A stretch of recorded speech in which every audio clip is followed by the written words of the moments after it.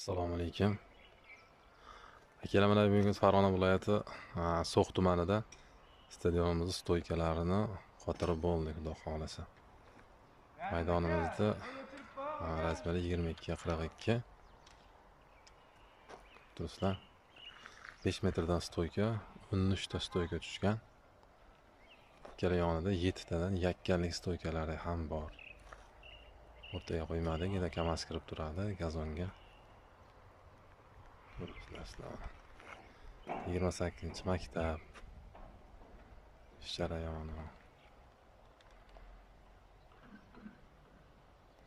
Arkalarimiz ham tayyor, mana kraskani sepib ko'tarsak bo'ldi. Stadionga qiziqadigan, stadion biznesi bilan shug'ullanaman degan akalarga telefon nomerimizni qoldiramiz.